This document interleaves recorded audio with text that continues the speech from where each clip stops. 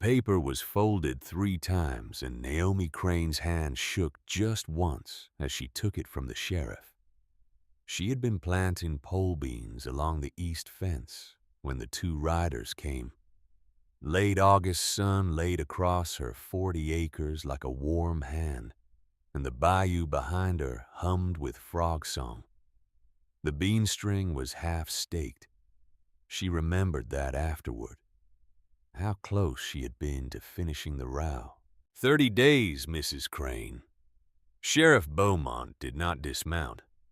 He was new to the job 8 months in, and his voice carried the careful flatness of a man reading from a script he had not written. Nothing personal. The ledger showed what it showed. Beside him, Vernon Holt sat his bay gelding, with the easy posture of a man who had spent the morning acquiring property and expected to spend the afternoon the same way. He was 52, iron-haired, and his hands on the reins were the hands of someone who had learned long ago that patience and capital could move anything that law and muscle could not. Naomi read the notice twice. Back tax sale, 40 acres. Winning bid $14.82. Buyer of Record V. Holt Cypress Landing Timber Company. Date of sale already passed. The parish seal was stamped in black ink near the bottom, neat as a signature on a wedding register. My husband filed the patent, she said. He filed the claim, ma'am. Holt tilted his head toward the satchel on his saddle. His voice was not unkind. It was worse than unkind. It was reasonable. Mr. Whitlock can confirm, not the same document. I'll give you $60 in the loan of a wagon. Fair market for what you can actually carry. 30 days to think it through. Sheriff Beaumont would not meet her eye. He tipped his hat instead, and the 2 men rode off down the levee road, and the dust rose behind them in the slant light. And Naomi stood in her garden with the paper in her hand, and the string still dangling from the half-staked row of beans. Caleb came out of the smokehouse with a slab of salt pork in one hand. At 14, he was already taller than his father had been, shoulders catching the slant of his grandfather's build, and he moved with the deliberate economy of someone who had learned to work by watching a man who never wasted motion. He read the paper over his mother's arm and said nothing. Ben, 10 years old, barefoot, chicken feathers still in his hair from chasing the rooster out of the garden, came too. He did not understand the words on the page, but he knew the silence. He looked from his mother to his brother and back again, and his small face went still in the way children's faces go still when the adult world reaches down and takes something they had thought was fixed. "We're losing the place," Caleb said finally. It was not a question. "We're losing the paper that says it's ours," Naomi answered. She did not trust her voice to do more. That night she fed the boys cold cornbread and the last of the molasses, and she did not explain because there was nothing to explain that they did not already understand. Caleb went to the loft without being told. Ben curled up on the kitchen floor near the stove, where the warmth still held in the bricks, and when he started to cry quietly, Naomi knelt beside him and put her hand on his head. "Don't worry, Cherry," she said, using the name Silas had given him for the way his cheeks flushed bright red when he was upset or scared or happy. Like little cherries, Silas used to say. "We'll figure something out." But she did not know what. She sat at the table with a candle burning low and the seizure notice spread flat in front of her. 18 months since Silas had died. Marsh fever. 3 days of shaking and then gone. And she had buried him under the live oak at the property line, with his tools and his books, and the watch his father had given him. and she had kept working because there was no other choice. 40 acres, a house, 2 boys, 18 months of keeping the row straight, and the creditors at bay, and the illusion that she could hold what Silas had built. The illusion was gone now. She blew out the candle and sat in the dark. In town the next morning, she climbed the wooden steps to Mr. Whitlock, the attorney who had known Silas from the courthouse and who kept an office above the dry goods store. The stairs creaked. The door was open. Whitlock was at his desk with a stack of deed transfers in front of him, and when he saw Naomi, he stood and took off his reading glasses, and his face told her everything before he said a word. He read the notice twice as she had and set it down. Appeal bond is $200, Mrs. Crane. Posted before the court will hear you. Silas filed intention, but never recorded the completed patent after the federal survey. It happens more than you'd think in this parish. He lowered his voice. And in our parish, clerical matters favor the man with the resources. I have $47. He did not answer that. He did not need to. He folded the notice and slid it back across the desk, and his hands were careful, the way a man's hands are careful when he is handing someone a thing that will cut them. If I were you, he said quietly, I'd take the 60. Holt's not a cruel man, but he's a thorough one. He'll let you walk out with what you can carry, and that's more than some would do. Naomi took the paper and left. She tried the Fontenot place that afternoon. Old man Fontenot met her at the gate with his hat in his hand and his eyes on the dirt. She had known him since she was a girl. He had danced at her wedding. He would not look at her now. I'd help you if I could, Mrs. Crane, but Holt holds the deed to the landing road. Man who crosses him doesn't get his cotton to the landing. It's not personal. It's not even Christian. It's just how it is in this parish this year. She tried the Landrys. She tried the Boudreaux place across the section road. Every parcel nearby had been bought up in the past 3 summers. No one would rent her a room. No one would sell her an acre. The pattern was too clear to miss.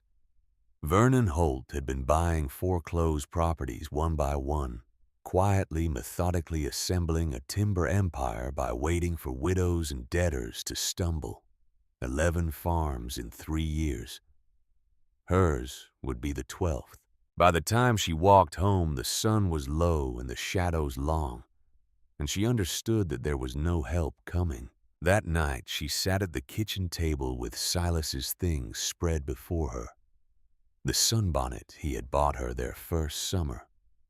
His journal of practical notes, sketches of drainage systems and crop rotations, and the measurements of a barn he had never built, and the thick red book he had carried all the way from his graduation at the law school in New Orleans. The Louisiana Civil Code annotated edition, never opened in 7 years of farming. She opened it now. The index took patience. Public things, public use, public waters. She ran her finger down the page, slow and careful, the way she had learned to read surveyor's notes by watching Silas trace boundary lines in the dirt. Article 450. Public things are owned by the state or its political subdivisions in their capacity as public persons. Public things that belong to the state are such as running waters, the waters and bottoms of natural, navigable water bodies, the territorial sea and the seashore. She read it 3 times. Then she read the footnote, small and dense, at the bottom of the page, insusceptible of private ownership. She read that 6 times. Caleb looked up from his whittling at the far end of the table. "Ma, what are you grinning at?" "Nothing yet." But it was not nothing. It was a door that had been locked opening just enough to show light on the other side. The next morning, she walked the property line alone at sunrise. She went slowly. She looked at the things she was losing. The hen yard Caleb had built with his father. The bean poles still half staked. The back 8 acres where Silas had talked about planting rice if the water ever came in wetter seasons. That back strip sloped down into the shallow stretch of bayou where cypress rose straight from the water, and Spanish moss hung in gray curtains. She stopped at the water's edge. Silas had always called it the State Strip. She had not thought on the phrase in years. She thought on it now. The bayou was perhaps 30 feet wide here, shallow enough to wade in summer, deep enough to pole a pirogue year-round. Navigable. That was the word. Silas had used it once when they were surveying the back line. Navigable water, he had said, tapping the surveyor's map. Belongs to Louisiana, not to us. Can't deed it, can't fence. It can't tax it. Can't take it, she thought now. She stood at the water's edge for a long time, and then she walked back to the house and opened Silas's journal to the pages she had skipped the night before. The sketch was near the back, tucked between notes on crop yields and a list of tools to repair. 9 cypress piles 12 inches across, driven 8 feet into the bayou bed, standing 6 feet above the ordinary water. An 18 by 24-foot footprint. Silas had even noted the flood clearance, 4 feet above the high of 73. It was dated 2 summers back, the summer he had helped Cyprien Boudreau set stilts for a shed. She stared at the sketch. Silas had drawn it carefully with measurements and angles, and the kind of quiet precision he brought to everything he built. And at the bottom of the page, in his small slanted handwriting, he had written 2 lines. Article 450, study more. And below that, patience knows the platform method. Naomi set the journal down. Her hands were shaking. Not with fear. With something else. Something sharper. Silas had known. 2 years ago he had known that this might come. He had studied the law. He had sketched a plan. And then he had died before he could tell her. She stood in the kitchen with the morning light falling through the window and the sound of the boys moving around upstairs. And she felt a grief so sudden and so fierce that it took her breath. Not the old grief of losing him. The new grief of realizing he had tried to leave her an answer, and she had almost missed it. That evening, a pirogue bumped the willow stump at dusk. Naomi went out with a lantern and found Patience Holloway pulling herself across the slack water. The old woman had lived alone on the far shore for as long as anyone could remember. 40 years, she would say when asked. Longer, probably, but she had stopped counting after Albert died. Patience was 68, white-haired, spare as a fence post, with hands like knotted oak and a voice that carried the flat vowels of New England, under the slow drawl she had picked up from 4 decades in the bayou. She had brought a crock of stew, and she stepped onto the bank without waiting for help, and handed the crock to Naomi without ceremony. Heard about the paper, she said. Silas was a good man, knew what he was about. She sat on the porch step and did not ask about the notice. She only watched the boys go through the evening chores, and after a while she said very quietly, "When my Albert and I came here in '43, We had one trunk and two good hands each. People said we would not last one winter in the bayou. She looked at the cypress stilts holding up the neighbor's shed across the way. Albert was an engineer. Boston. He read everything.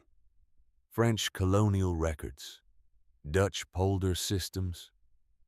He was obsessed with building on water. Said it was the future if a man knew what he was doing. Naomi set the lantern on the porch rail. Silas mentioned you once, said you knew about platforms. Patience's eyes flicked to her sharp and bright in the failing light. Silas came by 2 summers back. Wanted to know about Albert's test platforms. I showed him. He took notes. He left me a sketch, Naomi said. 9 piles, and your name. Patience nodded slowly. Then he left you more than most men leave. Come by tomorrow morning. I'll show you what Albert built. She left in the pirogue as the last light faded, and Naomi stood on the porch watching her go. And something that had been locked in her chest since the riders came began to loosen. The next morning, Naomi pulled the pirogue across to Patience's side of the bayou. The old woman's place was smaller than hers. Just a cottage and a shed, and a plot of vegetables that grew with the kind of precision that spoke to decades of careful tending. Behind the cottage lay a shallow pond perhaps 30 feet across, ringed with willow and cattail. On the water floated a platform. It was small, no more than 10 feet square, but it sat level and solid on the surface, and from its edges grew plants, lettuce, herbs, small tomato vines trained up stakes. The whole structure drifted slightly with the breeze, tethered to the bank by a single rope. Patience led her to the edge and knelt. Albert built the first one in 51. This is the third. The first 2 rotted out after 15 years. This one's been floating 20. She reached down and pulled the platform closer. Underneath, Naomi could see the structure. 3 short cypress logs lashed together with tarred cotton line. Over the logs, a mat of woven roots, thick and dark and fibrous. Over the roots, soil. Perhaps 6 inches of it. The logs do the floating, Patience said. Cypress is light. Specific gravity about 0.45. Albert calculated a 10-inch log 20 feet long will carry 260 pounds above the waterline, give or take. So for a platform 30 by 20, you need 14 logs laid crosshatch. That gives you capacity for soil roots, crops, and 2 people walking. Leave 30% in reserve for rain. She pressed her hand flat on the soil. It was damp, but firm. The root mat does the binding. Water hyacinth grows thick in the lower bayou. Pull the roots, weave them tight. Lay them over the logs. They hold the soil. And then you drive stakes.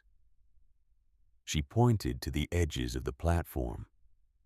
At each corner, a willow stake perhaps 4 feet long driven down through the logs and soil and into the pond bed below. Living willow, Patience said. Albert's trick.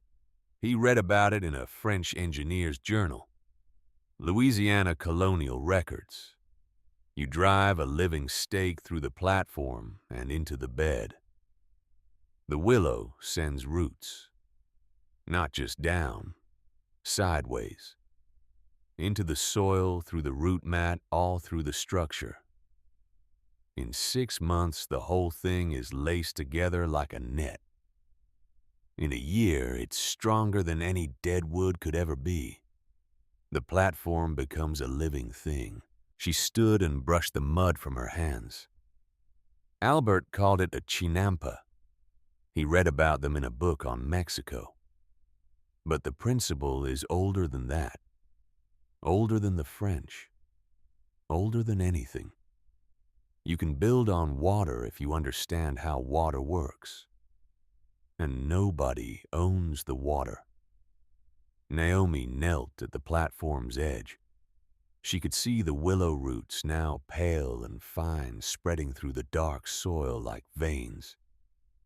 Silas knew this, she said. Silas asked me to teach you if anything happened to him, Patience said. He didn't say it that way, but I knew what he meant. Naomi looked up. Why didn't he just tell me? Same reason most men don't tell their wives the things they're afraid of, Patience said. Didn't want you to worry about something that might not happen. Foolish maybe, but human. She walked back toward the cottage and Naomi followed. Inside on the kitchen table, Patience had laid out a stack of papers. Albert's notes, diagrams, calculations in a neat slanted hand, load-bearing capacity, buoyancy ratios, anchor point spacing for willow stakes. You can read these, Patience said, and I can show you how to build. But the other part, the legal part, that's something you have to figure yourself. Naomi pulled the folded civil code page from her pocket. She had copied Article 450 by hand the night before. She set it on the table next to Albert's notes. Patience read it once slowly. Then she looked up at Naomi, and her eyes were very bright. Read that to me again, she said, and her voice was not quiet at all. That night, the four of them sat around Naomi's kitchen table. Naomi, Caleb, Ben, and Patience. Silas's journal lay open to the sketch of 9 piles. Albert's diagrams were spread beside it. The civil code sat on top of both. Ben, who had been sitting on the bottom step, looked from his mother to the old woman and asked what it meant. Caleb beat him to it. It means they can't take what isn't land. It means we don't have to leave. It means we don't have to leave far, Naomi corrected, because she would not promise her boys what she had not yet built. But it means we have a chance. She set her hand over Patience's hand, and the two women sat looking at the sketch until the candle burned low, and Ben fell asleep with his head on his arms, and Caleb sat very still thinking. The next morning, Naomi walked into the parish courthouse with her hair pinned up and Silas's law book under her arm. The courthouse was a 2-story brick building at the center of town, with a clerk's office on the ground floor and the courtroom upstairs. The air inside smelled like old paper and linseed oil, and her footsteps echoed on the wooden floor. Theophile Boudreau was at the clerk's window. He was 50-something gray at the temples with the quiet competence of a man who had been filing papers for 30 years and who knew more about property law than half the lawyers in the parish. He had known Silas. He had filed the original claim. Naomi set a handwritten document on the counter. I need this recorded, she said. Theophile picked it up and read. His face did not change. He read it twice. Then he looked up at Naomi, and something passed between them. That was not quite a smile, but was not quite anything else either. Declaration of intent to occupy navigable water commons, he read aloud. Adjacent to former parcel lot 17, range 4, township 12.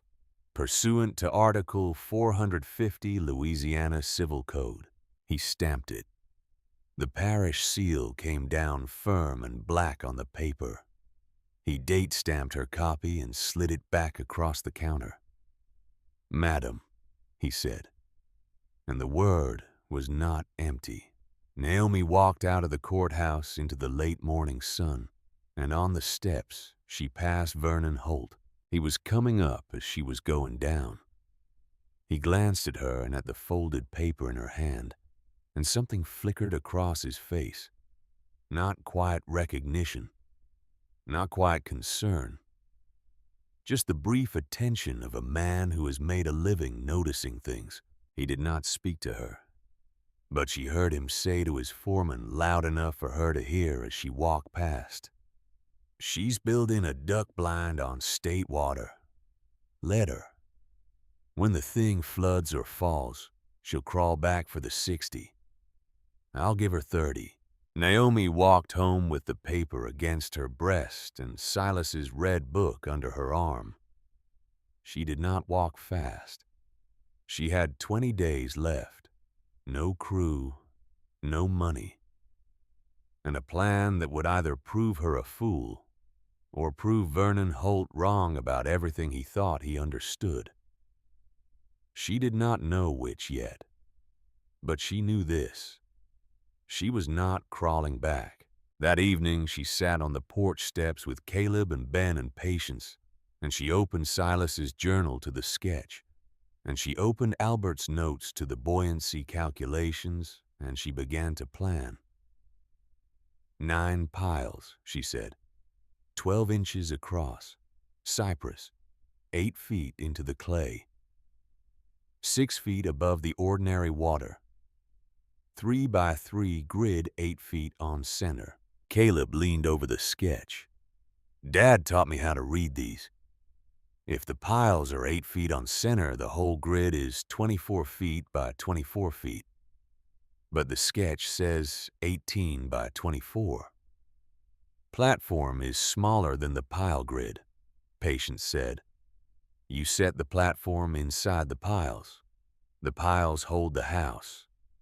The platform holds the garden. 2 structures, 2 functions. We don't have a pile driver, Caleb said. We'll build one, Naomi said. Cyprian Thibodeau has the anvil we need. He owes Silas a favor.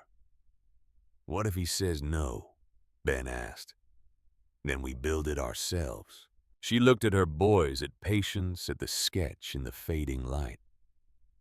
She thought about Silas 2 summers back drawing this plan by candlelight.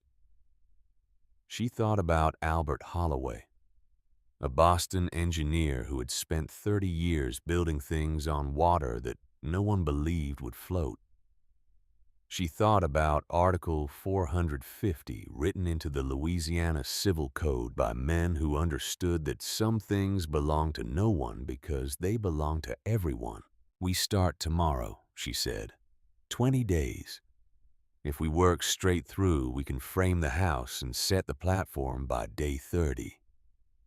Holt can't seize what he doesn't own, and he doesn't own the water. Patience stood. I'll bring rope and stakes in the morning, and Albert's old level. You'll need it to check the piles.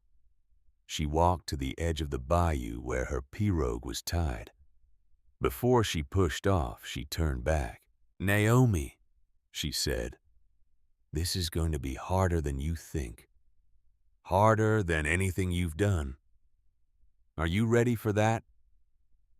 Naomi looked at the water, at the cypress trees rising from it, at the narrow strip of bayou that ran along the back of the land she was about to lose.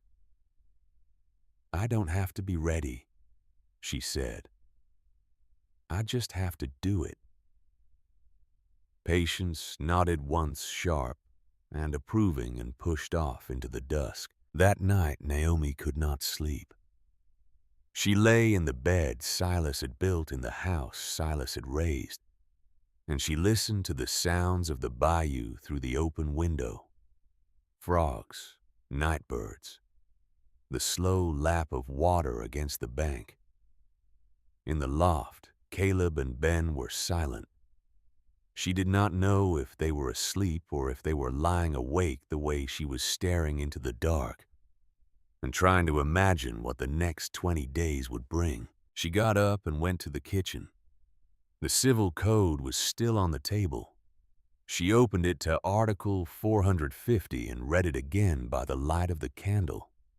Public things that belong to the state are such as running waters, the waters and bottoms of natural, navigable water bodies, insusceptible of private ownership. She thought about the phrasing, not difficult to own, not hard to claim, insusceptible, incapable of being taken. It was not a suggestion. It was a wall. And Vernon Holt, with all his money and all his quiet acquisitions and all his methodical patience, could not break through it. But only if she could build on the other side. She closed the book and blew out the candle and went back to bed. This time she slept. The next morning, Cyprien Thibodeau arrived at sunrise. He was 71, white-haired, lean as a post, with the kind of wiry strength that comes from a lifetime of work that does not stop just because a man gets old. He had known Silas since Silas was a boy.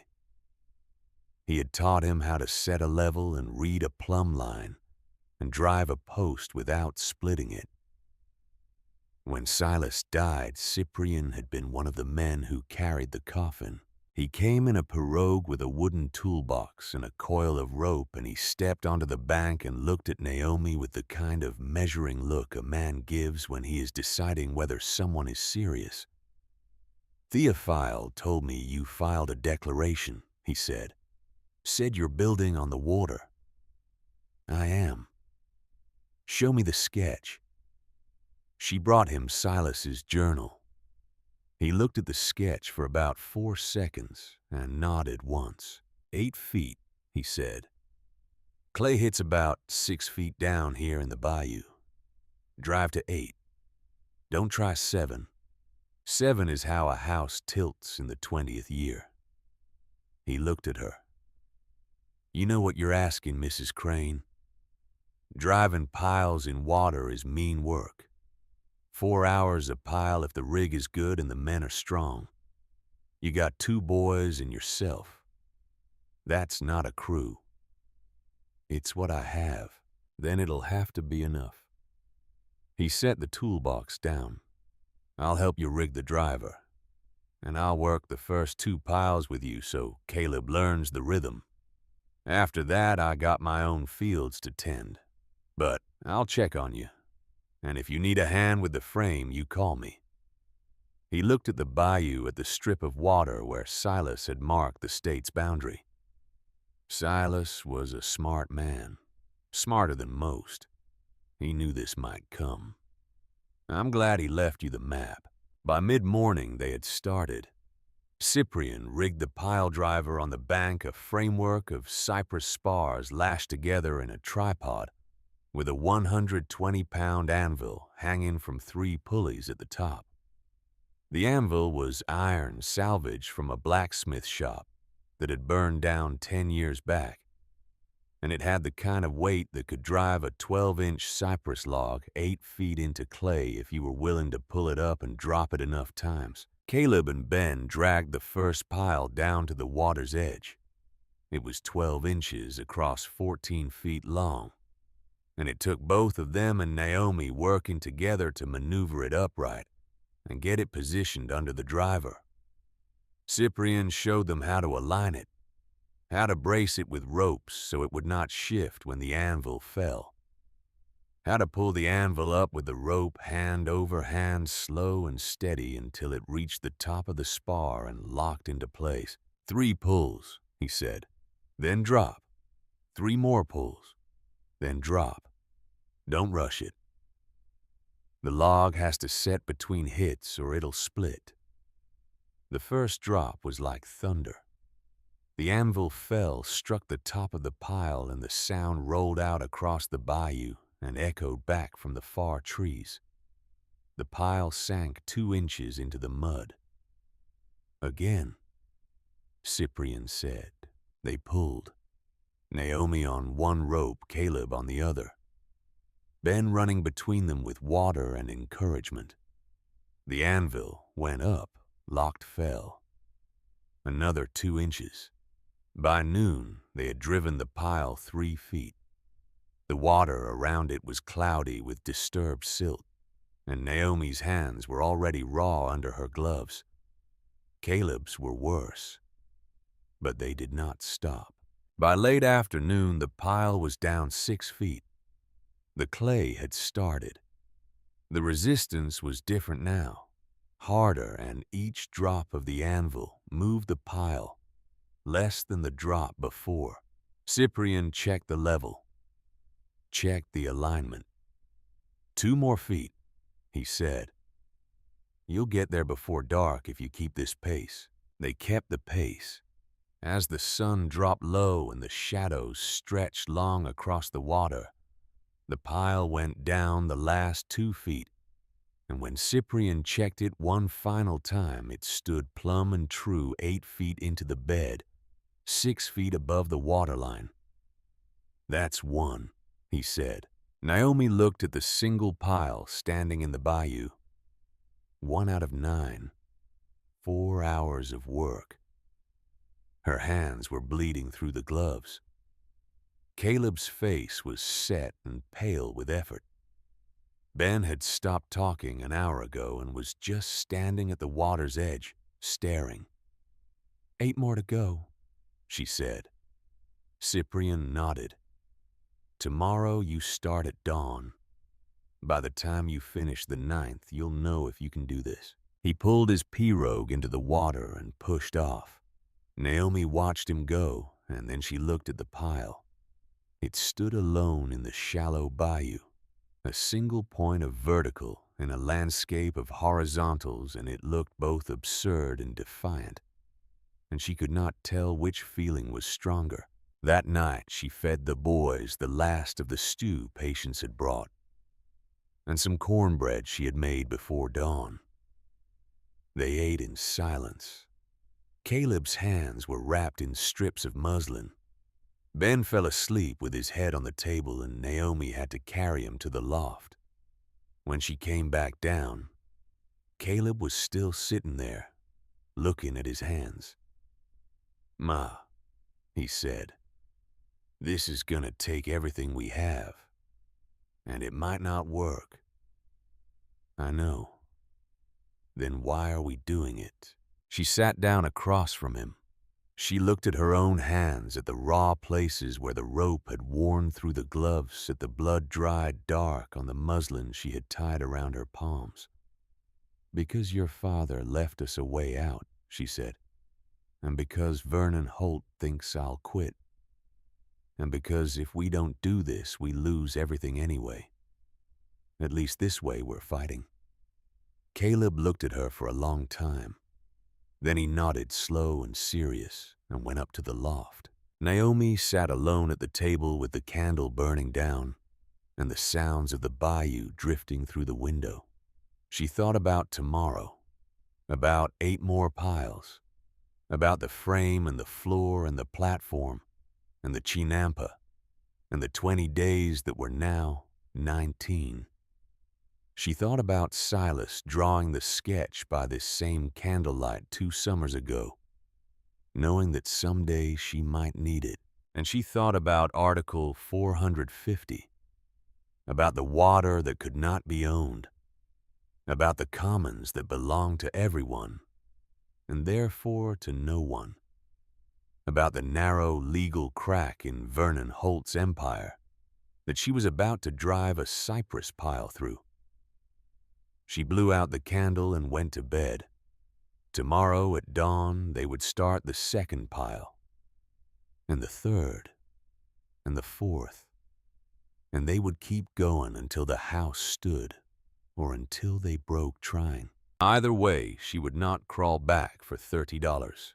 Either way, Vernon Holt would learn that there were things in this parish that money could not buy. Dawn came cold on the 11th day, and Naomi was already in the water when the first light touched the cypress tops. The 2nd pile lay on the bank, 12 inches of solid cypress that had taken Caleb and Ben half the previous evening to drag from the woodlot, where Silas had been curing logs for a barn he never built. Caleb came down from the house with his hands still wrapped in yesterday's muslin, and he did not say anything about the pain. He just took his position on the rope and waited. Ben brought the water jug and set it on a stump at the water line. He was 10 years old, and he had stopped asking when they would be done. He had learned the way children learn hard things, that some questions do not have answers that make anything easier. They positioned the pile under the driver, aligned it, braced it with rope. Naomi checked the angle twice with the level Patience had brought, and then she nodded to Caleb. The first pull. The anvil rose hand over hand rope, burning through the gloves she had double-wrapped that morning. It locked at the top of the spar. She let go. The anvil dropped, and the sound was like a cannon shot rolling across the still water. 2 inches into the mud. They pulled again. By the third pile, they had found the rhythm. Pull, lock, drop. Pull, lock, drop. Naomi did not count the repetitions. Counting made it worse. She focused instead on the small things. The way the pile settled between drops.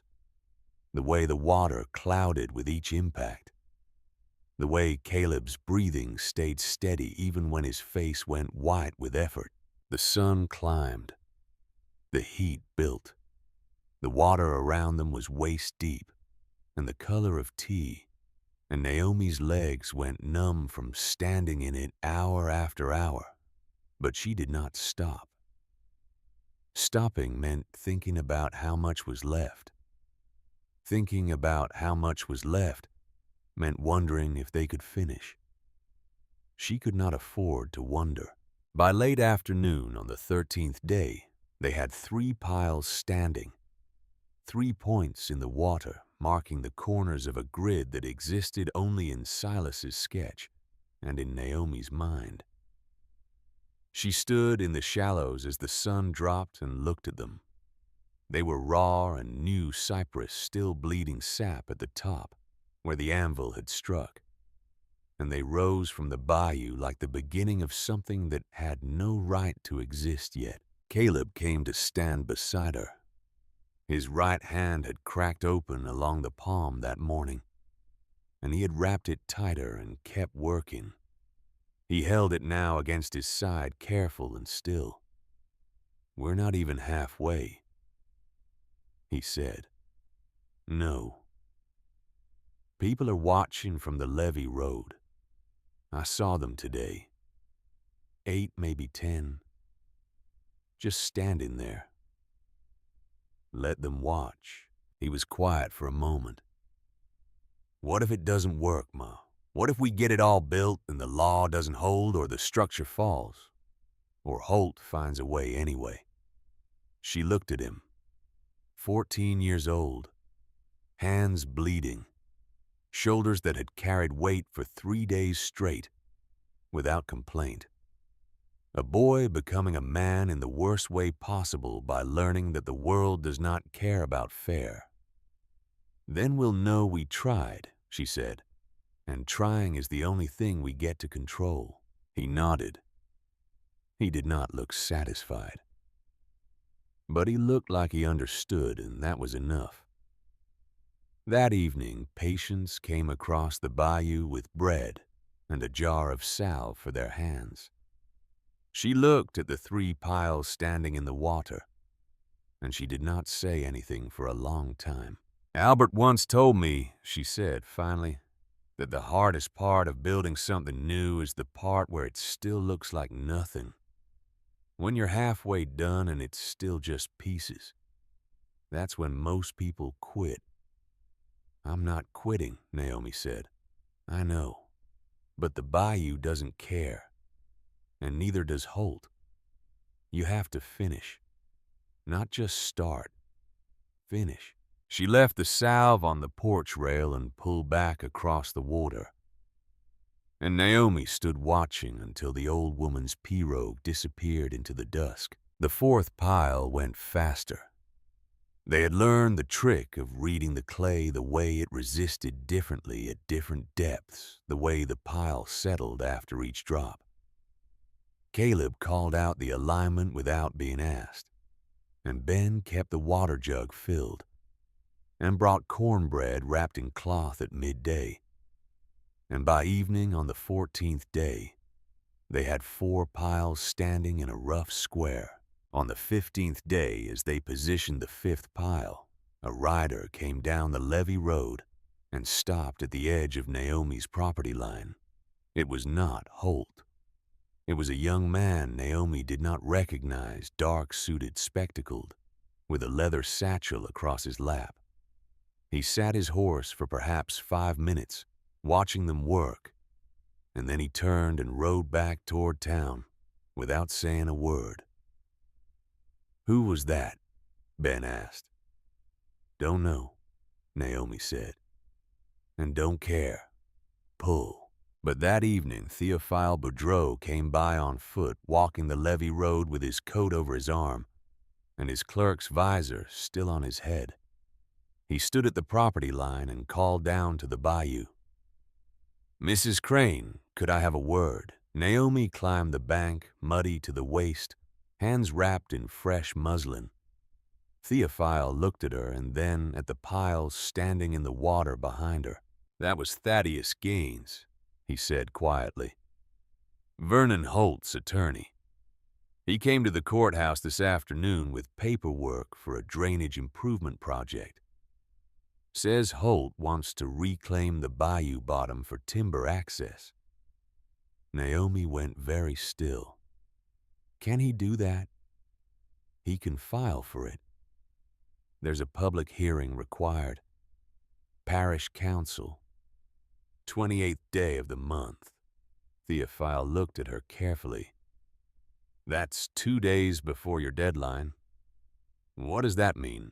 "It means Holt's not just waiting for you to fail.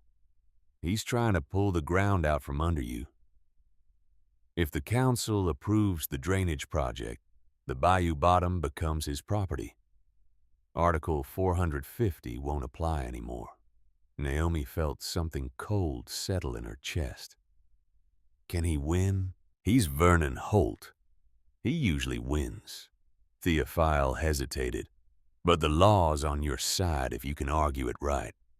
Federal statute says navigable waterways belong to the state. Can't be deeded, can't be reclaimed without federal approval. Parish council can't override that. But they can try, and by the time it gets sorted out in court, your 30 days will be long gone. So what do? You finish your house, and you show up to that hearing with every piece of paper Silas ever filed, and you make them understand that the water isn't Holt's to take." He tipped his hat. "And you do it while you're still building, because he's counting on you being too tired to fight both battles."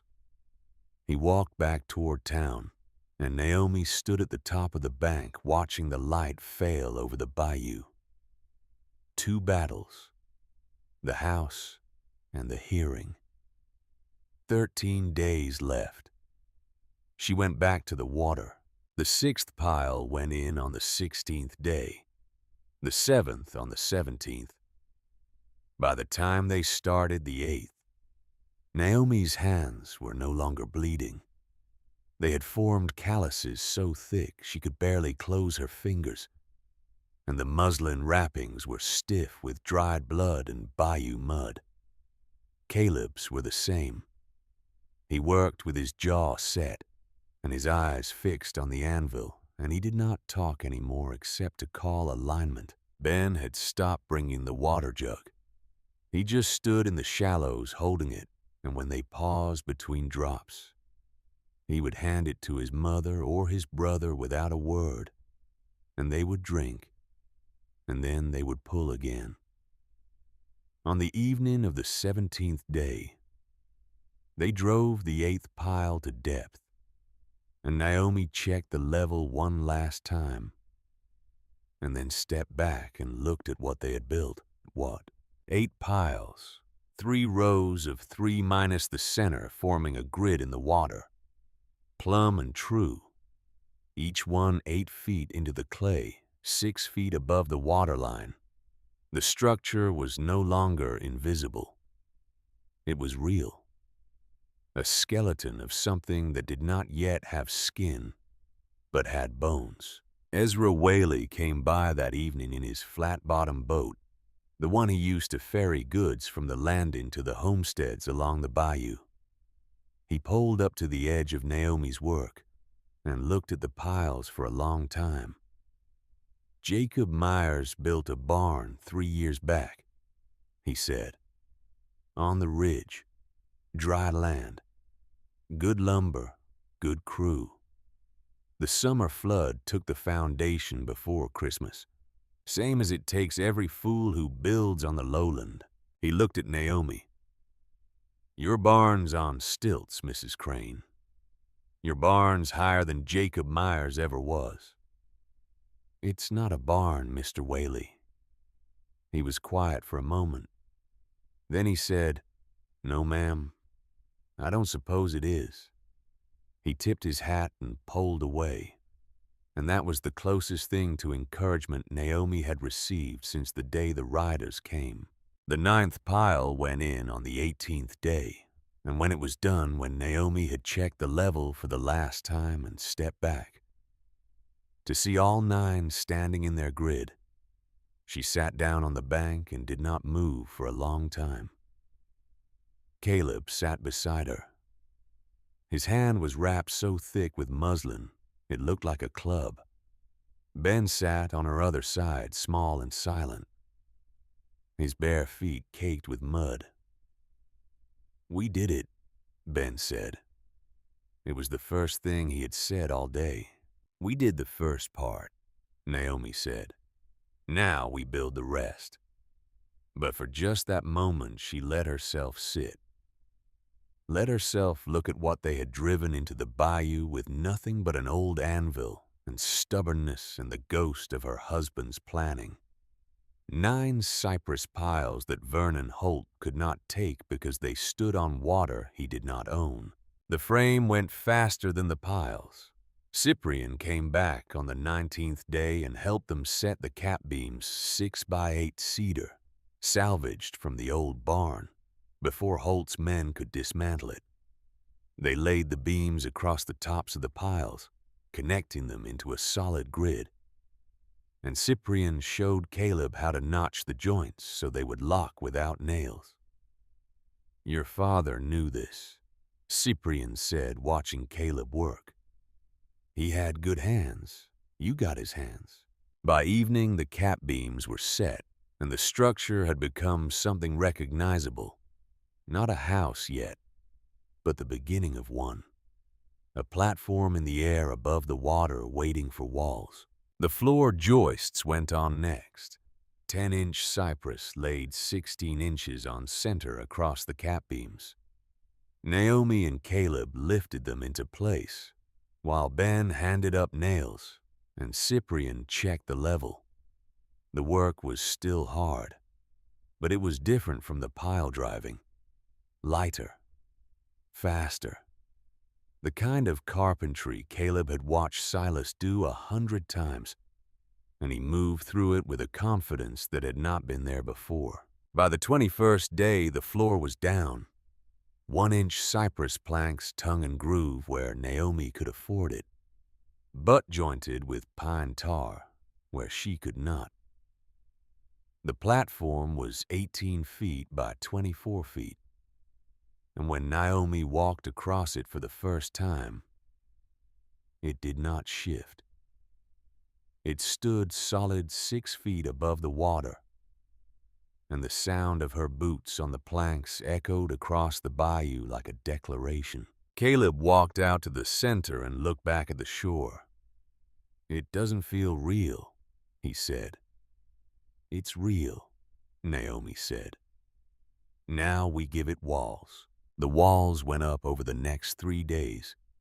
2x4 cypress studs, 16 inches on center, framed into the floor platform and capped with a top plate. The sheathing was weathered cedar from the old barn, silver gray and warped just enough to make the planking honest. Caleb did most of the stud work. He had watched Silas notch joints for 4 summers, and whatever he did not remember, he figured out by trying. Some of the cuts were rough. Some of the joints did not seat quite right. But when he stepped back and looked at the wall standing, it was standing. And that was what mattered. The infill was baussillage, the old Creole mixture Patience had told Naomi about. Clay from the bayou bank, Spanish moss pulled from the cypress trees. Chopped cypress needles all mixed together with water until it became a thick, sticky plaster. Naomi and Ben packed it between the studs, pressing it in by hand, filling the gaps until the wool was solid. "It'll dry hard," Patience said when she came by to check the work. "Rated about R9 per 4-inch wall. Keep you warm in winter, cool in summer if you keep the wet out." "Will it hold?" Naomi asked. Albert's cottage was built the same way. Stood 50 years before the termites got it. You keep the water off the wood, it'll outlast you. By the 24th day, the walls were up. 4 walls enclosing a space that was no longer open air, but something else, something sheltered. Naomi stood inside and looked out through the doorway at the bayou.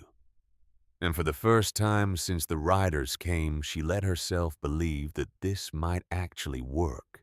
The roof went on next. Tin salvaged from Silas's shed laid with 2-inch overlap, and pine tar patches over 3 rust spots. It took a full day to get it right, crawling across the rafters in the heat, with the tin sheets cutting their hands even through gloves. But when the last sheet was nailed down, and Naomi climbed down from the ridge, the house had a shape, a silhouette, a thing that could be recognized from the levee road as a dwelling. People had started coming to the levee to watch. Not every day, but most days. They would stand in small groups, not saying much, just looking at the structure rising from the water.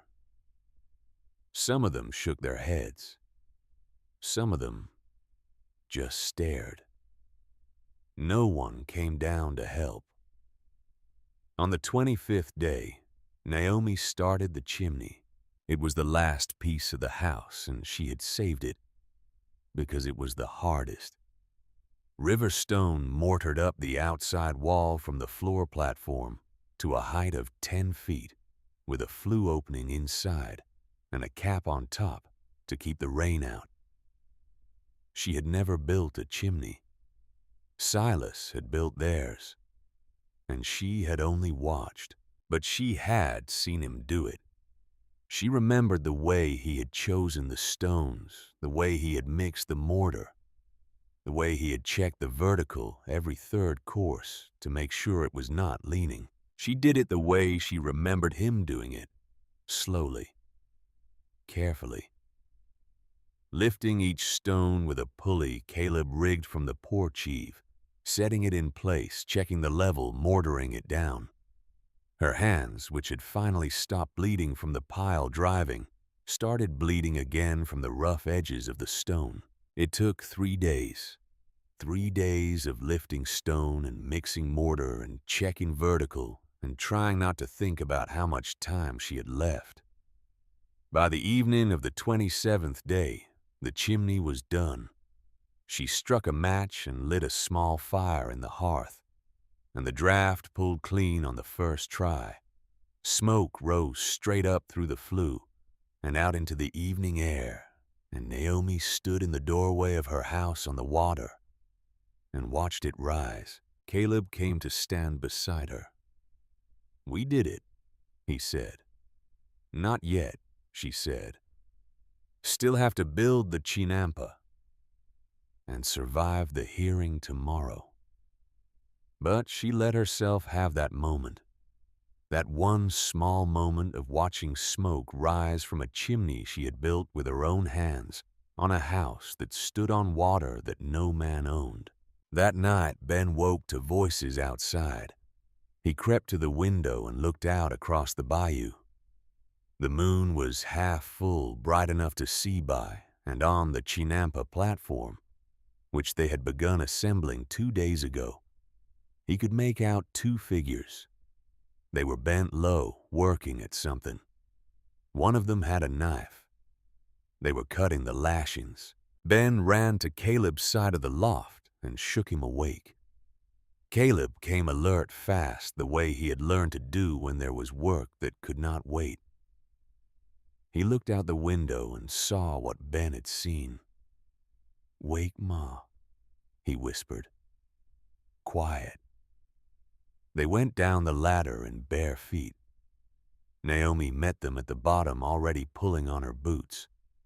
She had heard the whisper of their movement and known something was wrong. Caleb pointed through the window. Naomi looked.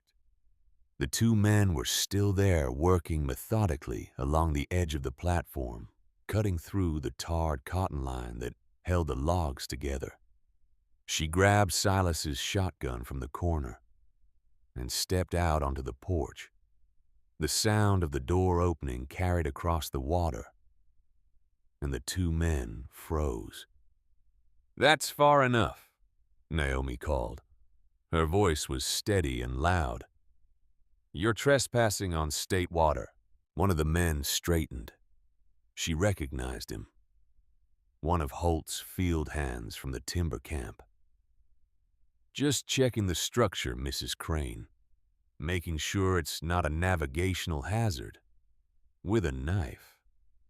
We were just... I can see what you were doing. And so can anyone else who looks at those cut ropes tomorrow morning."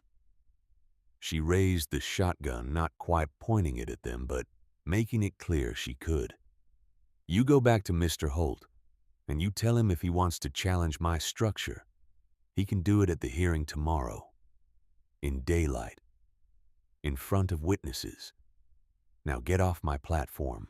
The 2 men looked at each other. Then, moving slow and careful, they stepped back into their flat-bottomed boat and pushed off. They did not pole fast. They did not look back.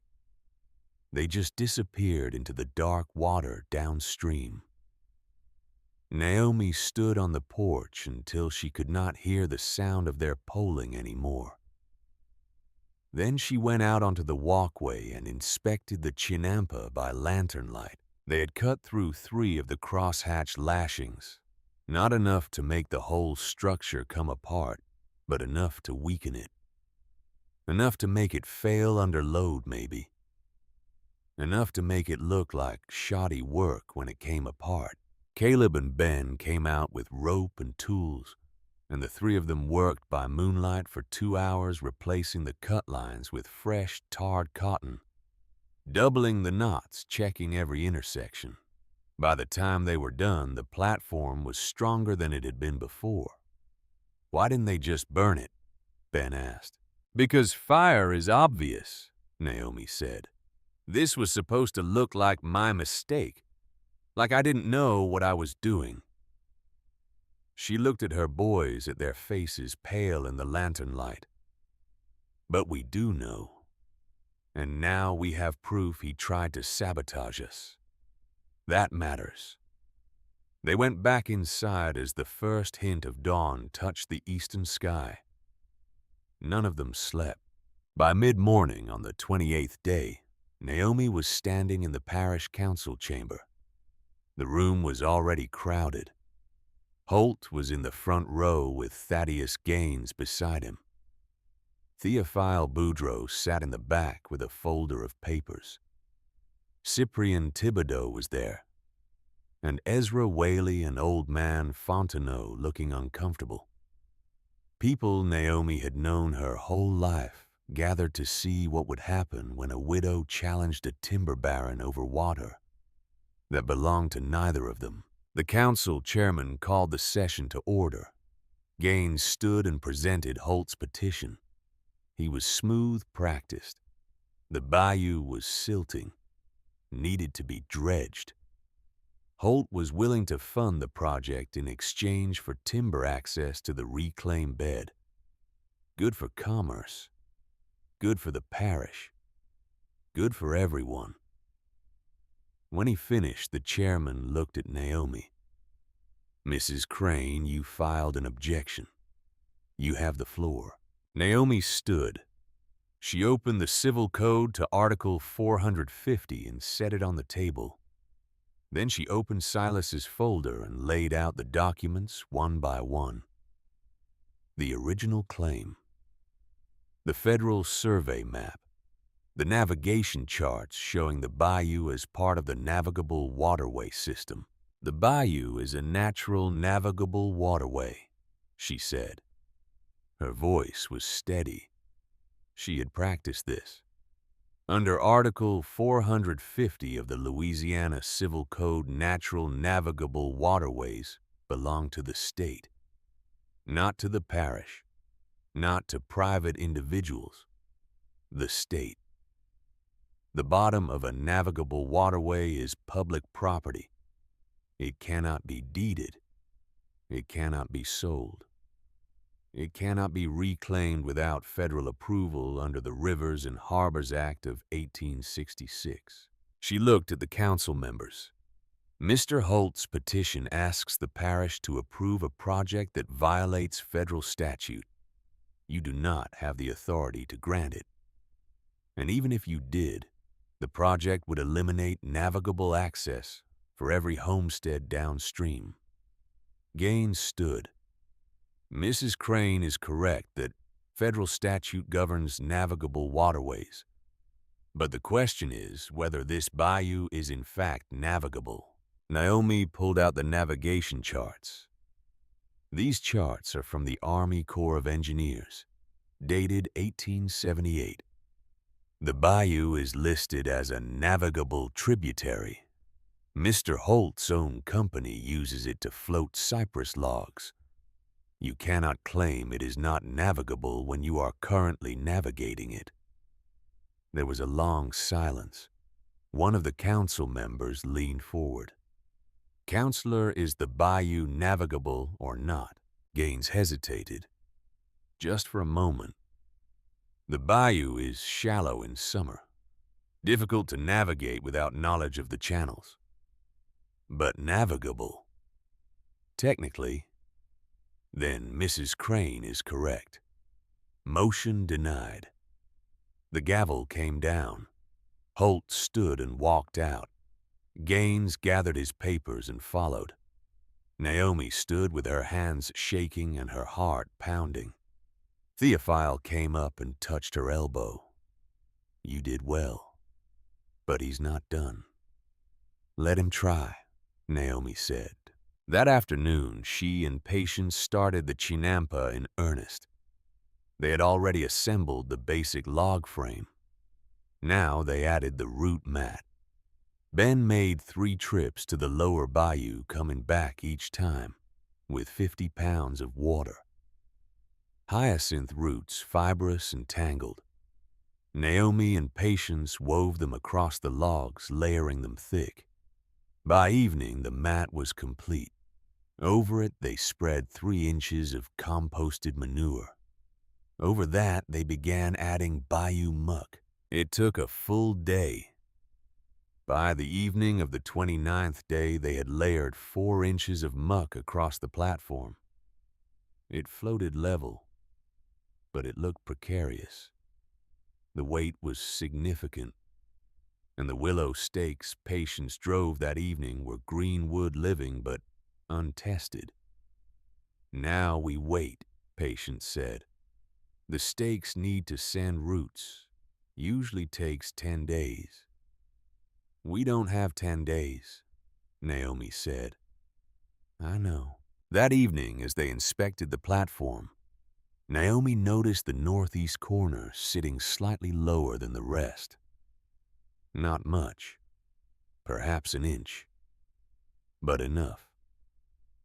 "The weight's too much," Patience said. "The willow hasn't rooted yet. Stakes are in, but a stake without roots is just dead wood standing up. What do we do?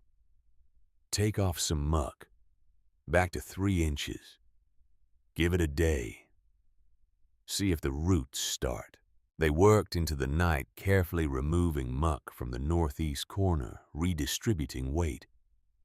By midnight, the platform sat level again. Ben fell asleep on the porch. Caleb kept watch with the shotgun. The next morning, day 30, Naomi knelt at the edge of the platform and dug her fingers into the soil around one of the willow stakes. She felt carefully, and there, just barely, she felt something. Thin threads, pale and delicate, roots. The willow was sending roots. "It's starting," she said to Patience. "Then we take the risk." They spent the day carefully relayering. 3 inches of muck first, spread evenly. Then they waited 2 hours. The platform held. Another inch, another weight. By evening, they had 5 inches of muck across the whole platform, and it floated level. The willow stakes stood firm. The roots were spreading not fast, but enough. "It'll hold," Patience said, "or it won't. But we've done what we can." That evening, Naomi moved her bedstead across the plank walkway to the new house. Caleb carried the stove in 3 trips.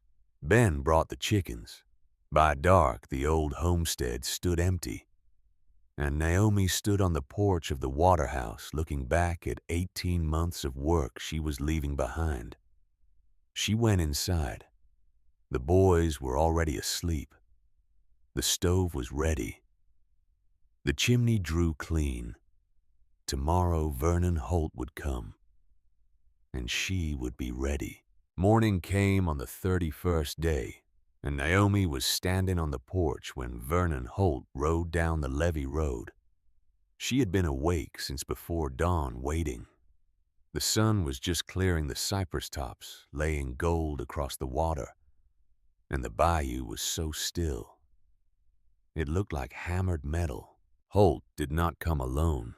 Sheriff Beaumont rode beside him, and behind them came 2 of Holt's field hands, on foot, carrying cypress staves that were not quite weapons, but not quite tools either. They were a message, a reminder of what power looked like when it came calling. They stopped at the mud line where Naomi's old property met the bayou.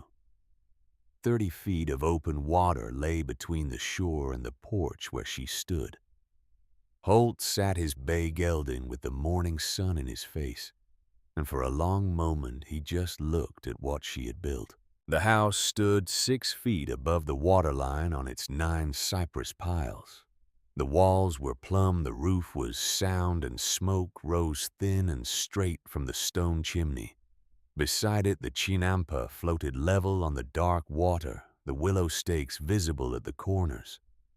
The muck surface smooth and undisturbed. It did not look like a duck blind. It looked like a homestead. Small, raw, new, but undeniably real. Holt dismounted. He walked to the very edge of the water and stopped there, his boots in the mud. "Sheriff," he said, and his voice carried across the water with the careful control of a man who had rehearsed this moment. "There she is, on my land." Beaumont did not dismount. He sat his horse and looked at the water, and then at the house, and then at the folded papers in his saddlebag. Naomi could see him thinking. He was new to the job, 8 months in, and he had been a farmer before that. He knew what it meant to lose land. He also knew what it meant to cross Vernon Holt in this parish. He pulled out the papers. Thaddeus Gaines had sent them 3 days ago. A copy of the Civil Code annotated. A copy of Naomi's declaration. A letter from Gaines himself explaining in careful legal language what Article 450 meant, and why the sheriff had no jurisdiction over a structure built on state water. Beaumont read them again, even though he had already read them twice. Then he looked at Holt. "Mr. Holt." His voice was neither kind nor hostile. It was the voice of a man reading a ledger he had not written but was obligated to balance. The house is not on your land. It is on state bayou. The bayou is navigable water. Article 450 of the Louisiana Civil Code. Property of the state of Louisiana. He did not raise his voice. He did not look at Naomi. He kept his eyes on Holt and his hands steady on the reins. I have no charge to serve on state property, Mr. Holt. You may take it up in Baton Rouge if you see fit. It is not my jurisdiction. Holt stared. He stared at Naomi across the 30 feet of water. He stared at Beaumont. He stared briefly at the 2 field hands who had lowered their staves when the sheriff spoke.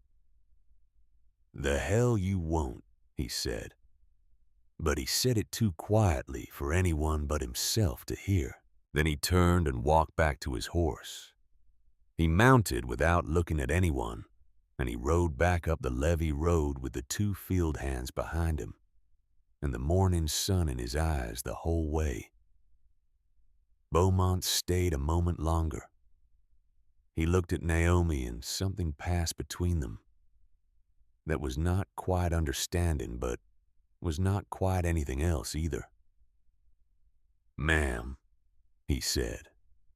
Then he turned his horse and followed Holt up the levee. Naomi stood on the porch with her hands gripping the rail, and she did not move until the riders were out of sight. Then she sat down hard on the step, and her hands were shaking so badly she had to press them against her knees to make them stop. Caleb came out of the house and sat beside her. Ben came out and sat on her other side. Neither of them said anything. They just sat there in the morning sun while the bayou hummed around them, and the house stood solid on its piles, and the Chinampa floated quiet beside it. After a long time, Ben whispered, "Did we win?" Naomi put her hand on his head. She felt the warm life under his hair, the small skull, the fierce trust that still believed she could protect him from everything. "Not yet, Cherry," she said. "But they can't take it from us. That's different." Caleb was still watching the empty levee road. "He's gonna come back, Ma. I know he can't take it, but he can burn it. I know that too." She stood and went inside and came back out with Silas's shotgun. She had not touched it since he died. It was a double-barrel percussion loaded with birdshot, and she set it on the porch rail where anyone coming down the levee could see it. "We're not leaving this place unguarded," she said. "Not tonight. Not until we know what he's planning." Cyprian Thibodeau came at sunset without being asked. He arrived in his pirogue with his own shotgun across his knees and a canvas sack that held cornbread and dried venison. He stepped onto the walkway and looked at Naomi. "Heard what happened this morning," he said. "Figured you could use another set of eyes tonight." "I can't pay you." "Didn't ask you to." He set his bedroll on the porch. "Silas helped my boy when he needed it. I pay debts." Theophile Boudreau came an hour later. He came on foot down the levee road carrying a satchel full of papers, and when he reached the mud line, he called across the water, "Mrs. Crane, I brought copies. 3 sets of your declaration, filed in 3 different parish offices. If anything happens to the originals, these go to Baton Rouge." "Why?" Naomi called back. "Because burning a house is one thing. Burning the legal record is another. And Holt needs to know you've got both protected." He set the satchel on a stump at the waterline visible from the levee, and then he walked back the way he came. Patience arrived last as the light was failing. She pulled across the bayou in her pirogue and tied up at the walkway without a word. She had brought a pot of gumbo and 3 wooden spoons, and she set them on the porch step like she was setting a table for Sunday dinner. "How long do we wait?" she asked. "As long as it takes," Naomi said. That night, 6 people slept on the waterhouse, Naomi and the boys inside, Cyprian and Patience on the porch, the shotguns loaded and ready, the bayou dark and still around them. Holt did not come. The next night they waited again. Same positions, same readiness. The stars came out bright and hard, and an owl called from the far shore, and the water lapped soft against the piles, and Holt did not come. On the 3rd night, Patience said quietly from her bedroll, "He's not coming with fire." "Why not?" Caleb asked. "Because Gaines told him what the penalty looks like for arson on state property. Federal crime. And because Theophile made sure 3 copies of your mother's declaration are in 3 different offices. Holt's not a fool. He knows when he's beaten." "Then why are we still waiting?" Ben asked. "Because beaten and done are 2 different things," Naomi said. "And I won't believe he's done until I see it." But on the 4th day, Ezra Whaley came by in his flat-bottomed boat and told them what had happened in town. "Holt sent a telegram to New Orleans," Ezra said. "Hired a law firm there. Big one. They sent back an answer 3 days later." He paused. "They told him the same thing Gaines did.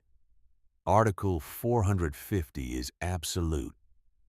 No patent, no tax sale, no right applies to navigable water.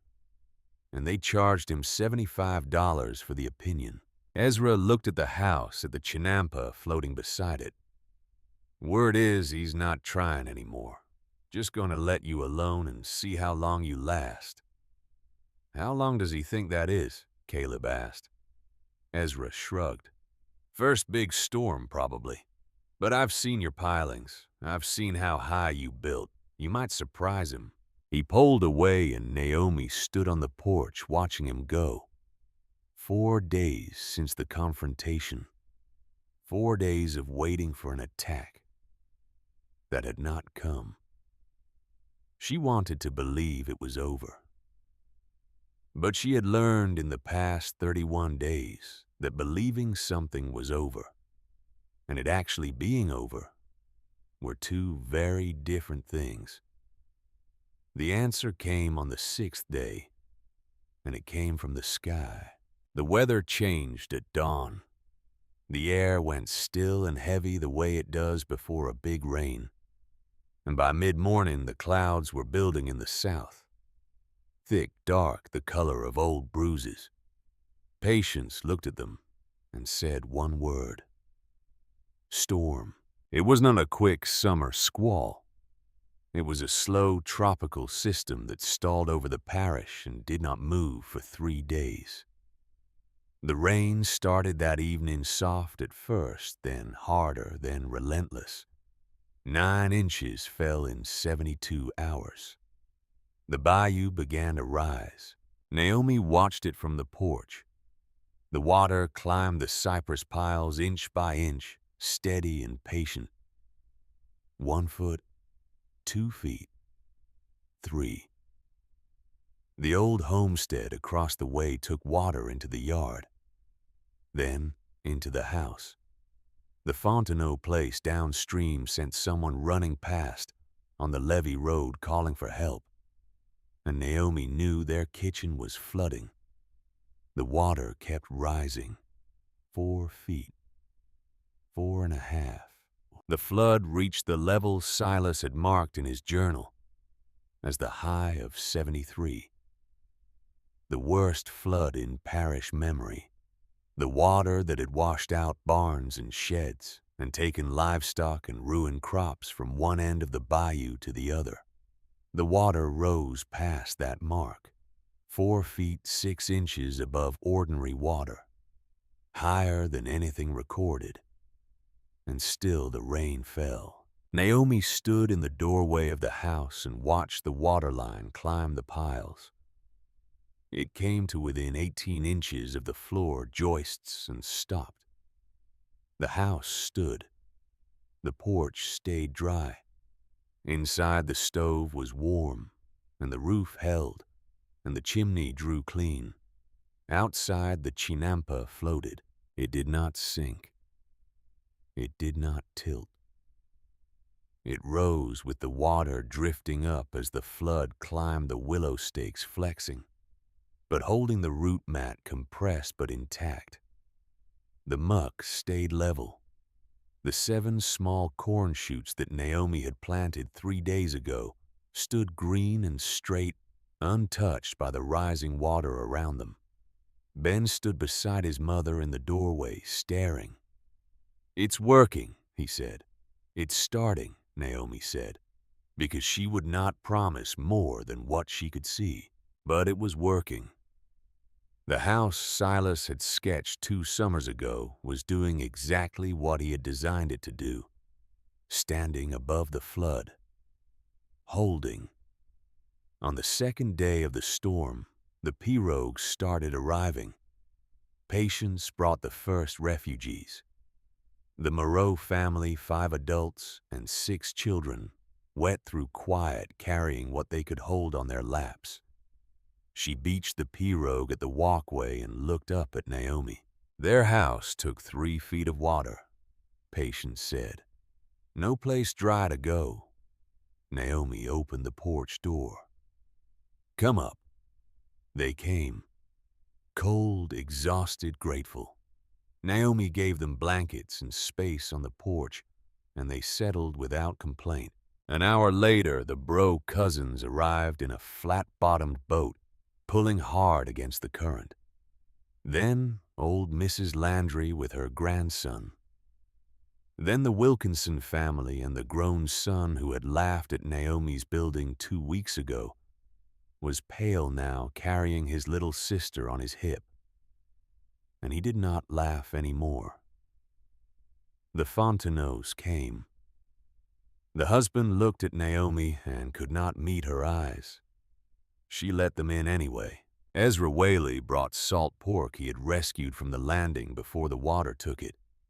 He set the tarp on the porch without ceremony and stayed.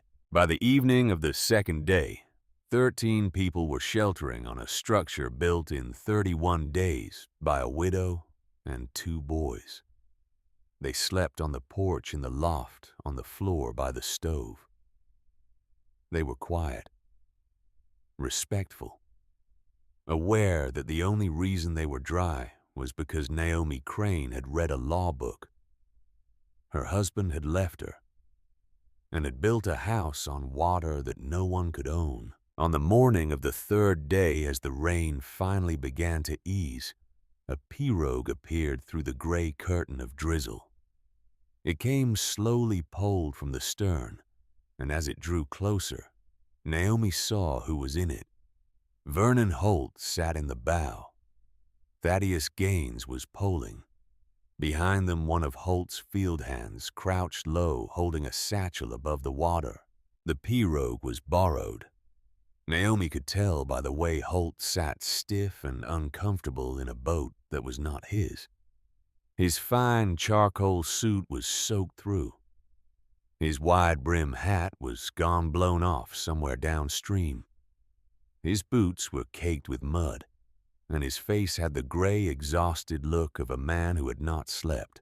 Gaines brought the pirogue to the walkway and held it steady. Holt stepped out onto the platform, and he stood there for a moment, not looking up, not looking at anyone, just standing on the wood that Naomi had nailed down over the water that had saved her and ruined him. "Mrs. Crane." His voice was thin, scraped raw. "My men and I have nowhere." Caleb took a hard step forward. Naomi caught his arm without looking at him. She looked at Holt instead, at the man who had bought her land for $14.82. who had tried to reclaim the bayou bottom, who had offered her $30 to crawl back when her house failed. His house had failed. His timber camp on her old 40 acres had taken 3 feet of water. 6 cut cypress logs had washed downstream. His landing warehouse was flooded. His workers were scattered. And he was standing on her porch asking for shelter. She took a breath. She thought about what Silas would have done. She thought about what the law said she had to do. And then she thought about what kind of person she wanted to be when this was over. "Mr. Holt," she said, "you may come up. Your men may come up. There are 3 conditions." He looked up at her for the first time. 1, you sleep on the porch, not in my house. 2, you help haul muck tomorrow if the platform needs shoring. There is work to be done, and you have 2 working hands. 3, before you leave, you will sign a paper. She paused, made sure he was listening, made sure everyone was listening. "This paper will say plainly that this stilt house and this garden stand on public navigable water of the state of Louisiana, that no person holds or can hold private title to this water or its beds, and that you make no claim against the structure or against any person who may hereafter build a similar structure on the commons of this parish." She looked at Gaines standing in the pirogue. "Mr. Gaines will draft it. He is standing right there, and he is a witness either way." Gaines straightened slowly. He was young, but he was not foolish. He nodded once. "Madam, that is entirely proper." Holt stared at the walkway under his feet. He stared at the water around it, at the bayou that belonged to Louisiana, and not to him, at the house that stood on 9 cypress piles driven into a bed he could not own. At last he lowered his head.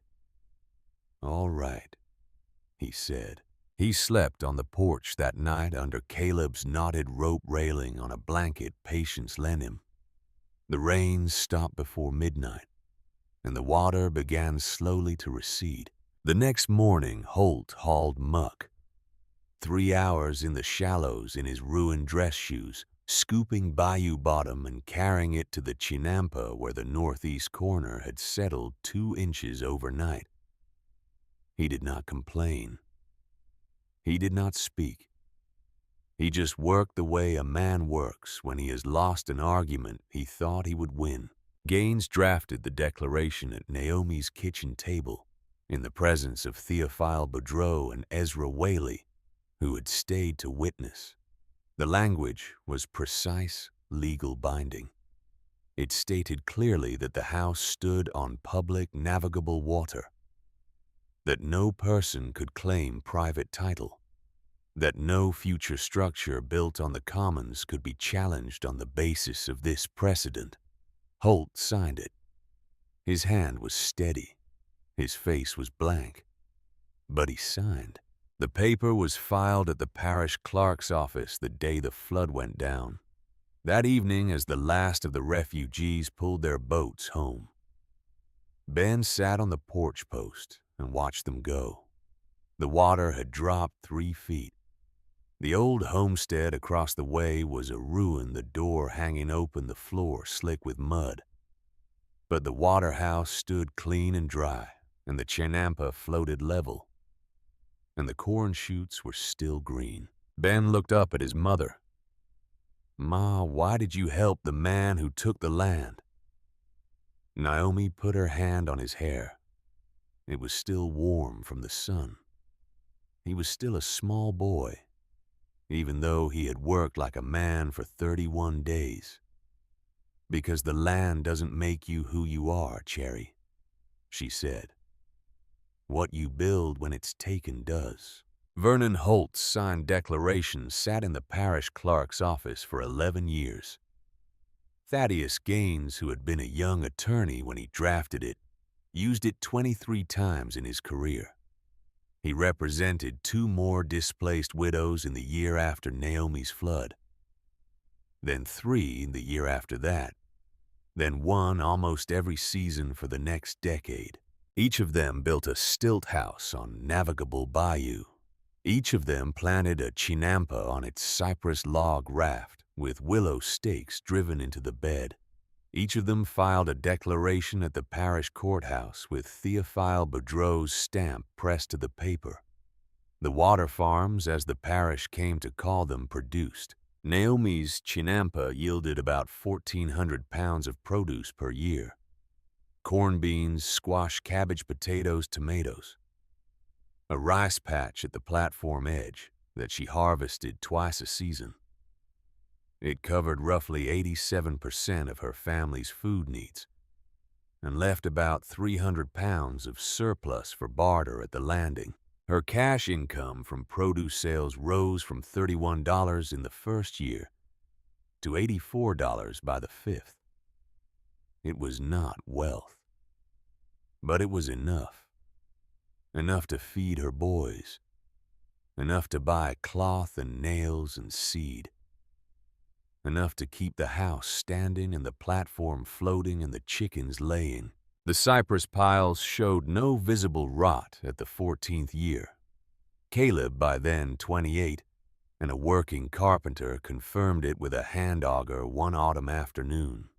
The wood was sound. The structure was solid. The house that had been built in 31 days was still standing, and it would stand for decades more. The water hyacinth root lattice under the chinampa thickened each year, until the whole platform felt, Naomi said, like standing on a living thing, which, in a way, it was. The willow stakes had sent their roots deep into the bed and wide through the soil, lacing the structure together into a single organism that breathed with the water and moved with the seasons and held against every flood that came. She taught the technique. A spring came when 3 displaced widows pulled out to the stilt house and asked her to show them.